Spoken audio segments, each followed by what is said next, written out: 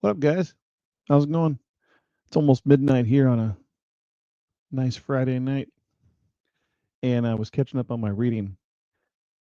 And I gotta tell you, it's kind of difficult being the comic guy because, my job in life as a salesman, I've been a salesman my whole life, is to excite people about a product. That's the core value of what a salesman does. We excite people about a product, get people excited. You come to the store and I start talking excited about a book, I am generally excited. I'm not just selling you a book.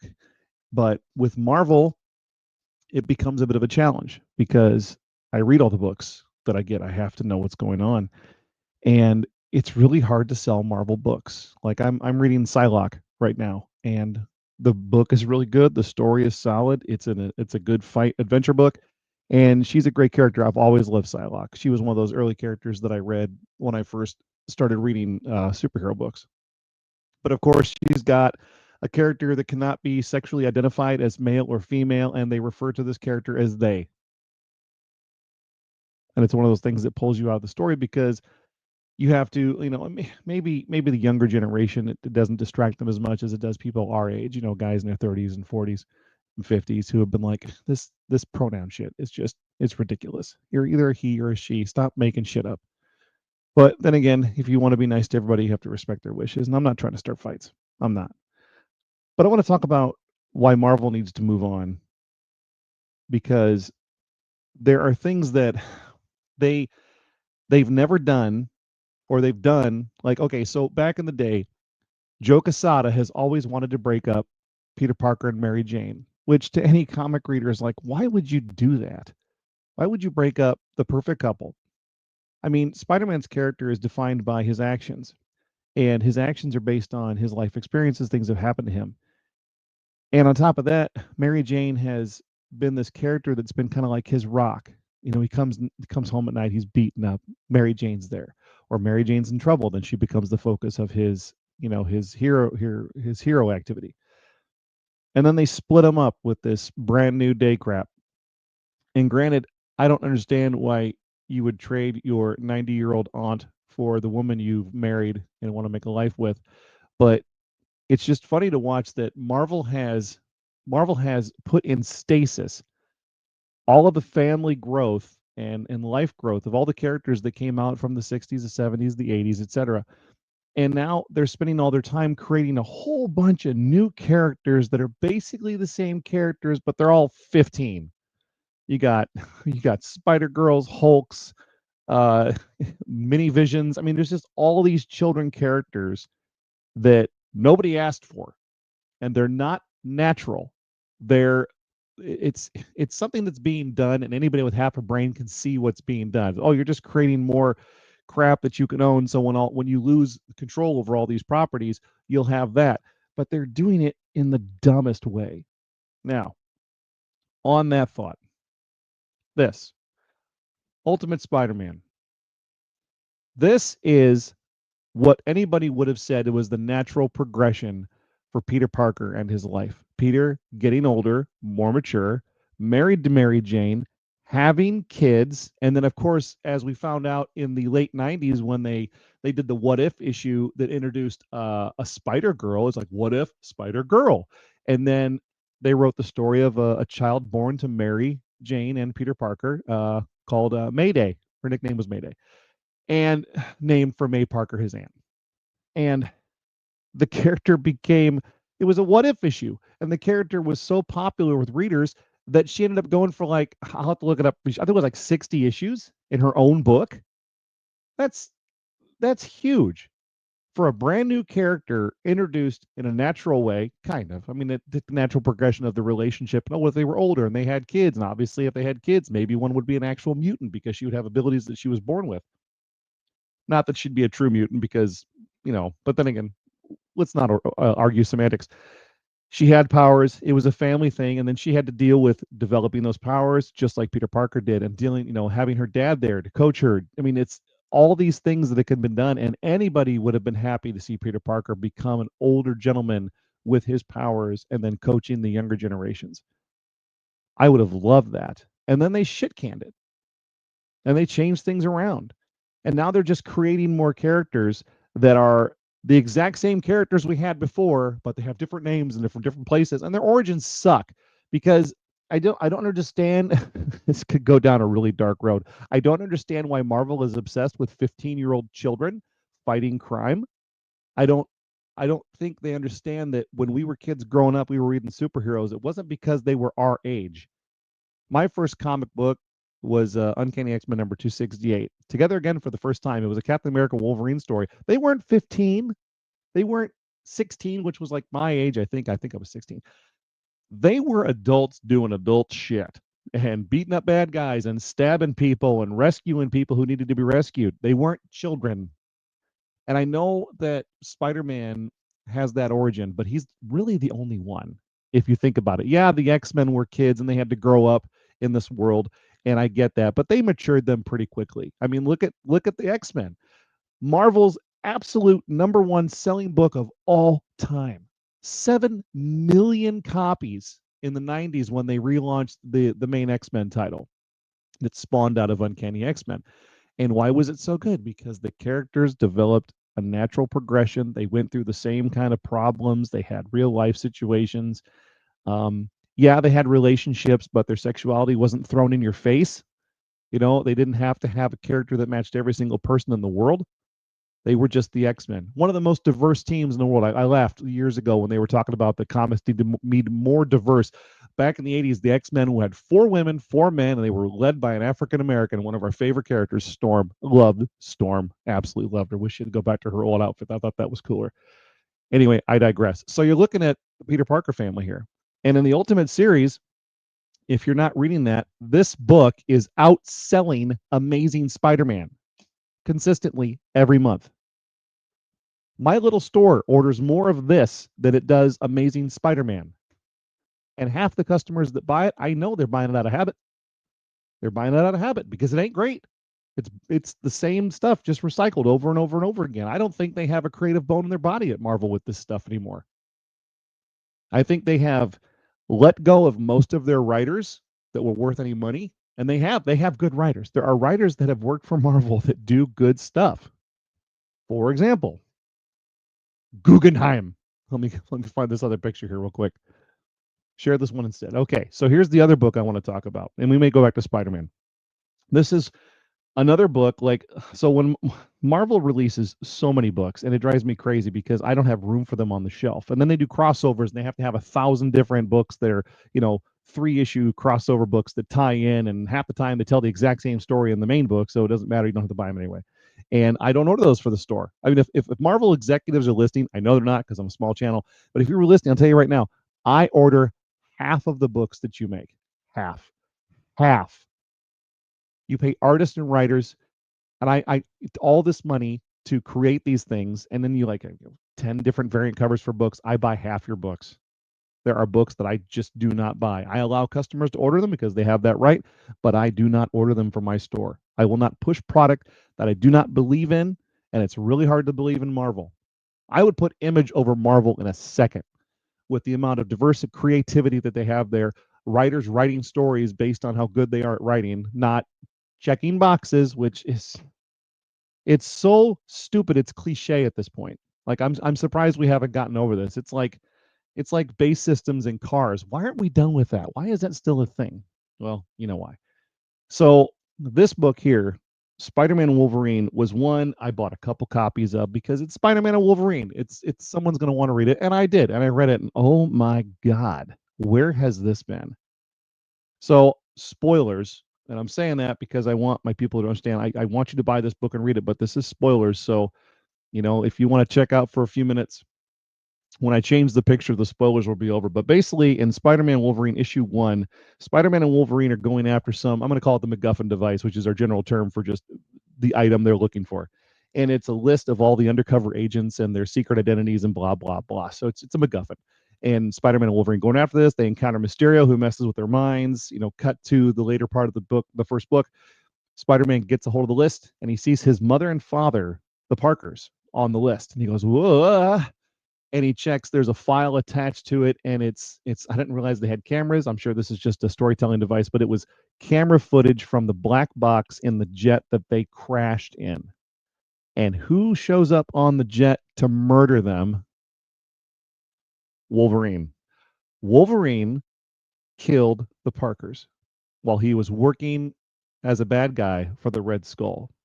Again, this is all stuff that Marvel retconned over the years where they say, oh, yeah, Wolverine had a period where he was an absolute jerk off and he worked for bad guys and he did bad things because he was a killer. And of course, Wolverine says, well, I don't remember any of this because I don't got my memory back, blah, blah, blah. So I was like, okay, well, Mysterio's messing with him. Not so much. So far in issue 2, Peter's got all of his faculties and he's not being messed with. And they're not saying it didn't happen. They're not giving us an out. They're saying that Wolverine's not denying it. He's saying, yeah, he killed the Parkers.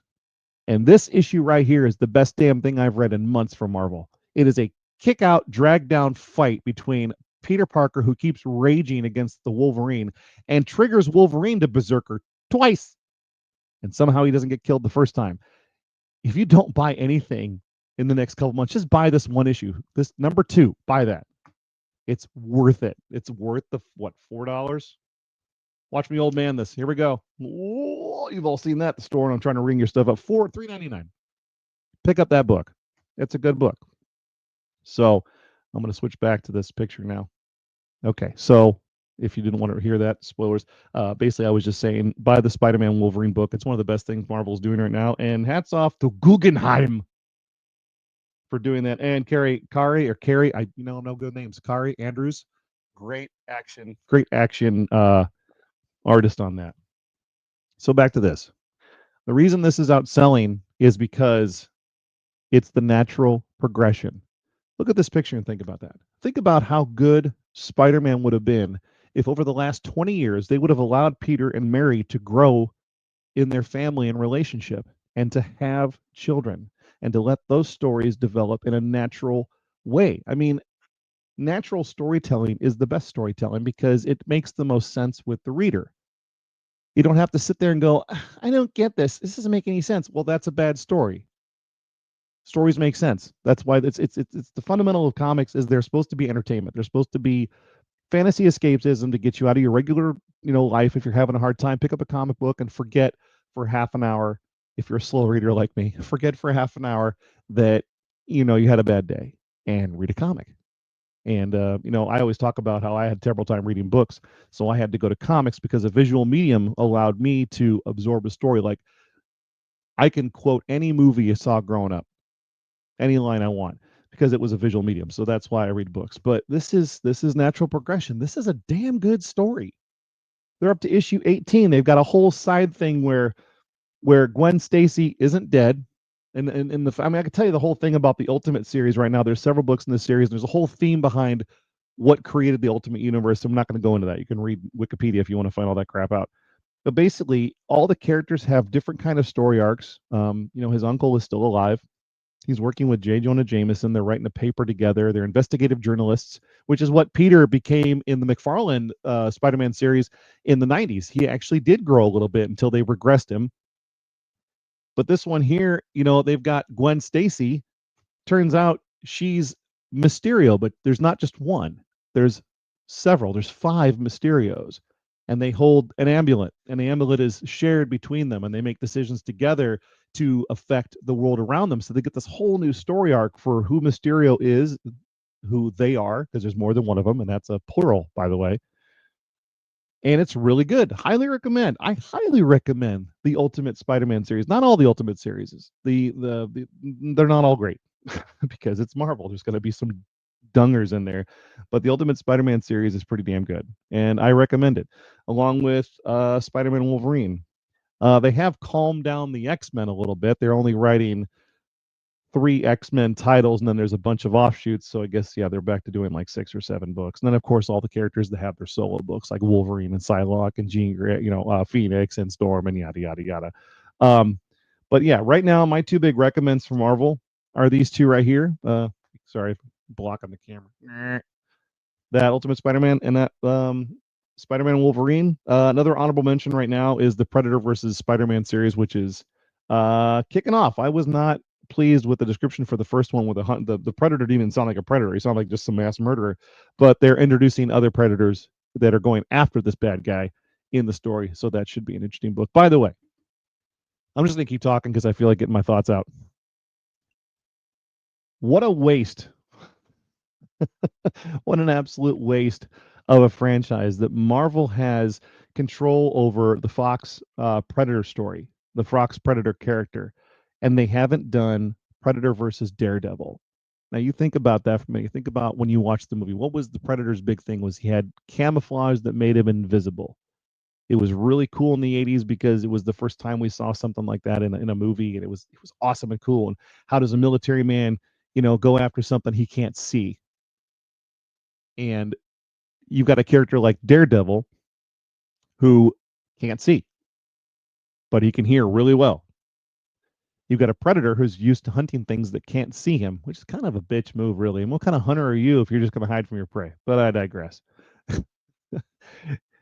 Daredevil can find the predator because he can hear him. Predator doesn't understand why he can find him. This is storytelling. Okay. Now, Daredevil is a devout Catholic. Thou shalt not kill. So he's not going to kill the predator. So now you have a story. Predator comes to Earth during the hottest time of the year, and he's hunting the bad guys. He's killing like Bullseye maybe, and some other street level thugs that are in Daredevil's what would you call that, rogues gallery. Him and Spider-Man have the kind of the same rogues gallery. New York, it's hot. He's hunting down bad guys. Some are turning up dead. This doesn't have to be in the regular universe. This can be outside the regular universe, which is fine. It's just a story. And then Predator can't figure out how this Daredevil kind of keeps finding him, and then they fight, and he won't fight him to the death. I need a storyteller to tell this story because I think it would be really good. But I mean, that's what's going on with comics. I mean, Marvel's got some good writers in there that are doing some great job, and then they've got the same old crap and the box checking that they do, which makes everybody sick and tired of reading that kind of crap. And then they have control over properties that they don't use properly. They did just finish up Aliens versus Avengers, or Avengers versus Aliens. It was a 4-issue series that I jumped right into because it was drawn by Assad Ribic, and if you can find anything by Assad Ribic where he does the interior work, the story doesn't have to be that good because the interior is so beautiful. That's, yeah, Assad Ribic is excellent. But that was a 4-issue series that took him about a year to get out. I think he just takes a long time to draw pictures. I don't know the story. I'm speculating. If that's not the case, Assad, my bad. Um, but yeah, I mean that's where we at with Marvel. I mean, I could talk at length about the different books and where they come from. Again, I highly recommend From Image, the Energon Universe. I talk about that at length because it's so damn good. DC Comics is doing what DC does, but yeah, I mean Marvel does not want to grow naturally. And I fear the day. I fear when this book is done because they have the Ultimate Universe. They started it back in, oh God, I had my store in Cedar Rapids back in 2000, 2001. And I remember reading those Ultimate Spider-Man books when they first came out, and they were done pretty well. And that's where you got your Nick Fury, Samuel Jackson, Nick Fury. They actually drew him to look like Samuel Jackson, and then that all found out. But that series eventually ended. Years later, they had this great conjunction, and all the planets were smacking into each other through the different universes, and then the Ultimates universe got destroyed. So all those characters dead. So we'll see how long this one runs for. Hopefully, hopefully, hopefully it'll be good. I mean, we all want it to be good. I want it to be good, and I want to keep reading it because that's just how I am. Oh, well, I'm looking for something I can't find, so I may have to wrap this up early. There it is. So, you know, give comics a chance, and if you're having a kid who's having trouble reading, buy him some comic books and ask for some tips. Send me an email. Um, Send me, contact me any all the different social medias. I'll tell you what to check out. But anyway, thanks for checking in, guys. I just wanted to get my thoughts out on this beautiful late. Oh, it's 1 minute to midnight. We're almost into Saturday now. Planet Funk Con is going on at the River Center here in Davenport. So if you didn't know that was going on, now you do. They've got some interesting talent down there, for comic creators, some C-level celebrities, I would assume. Check out the list, planetfunkcon.com. If you like this video, guys, remember I'm trying to build something here, so please like, share, subscribe. All you geek dweebs, nerds, everybody's welcome at my table. So check out the next video when it pops up, and have a great night.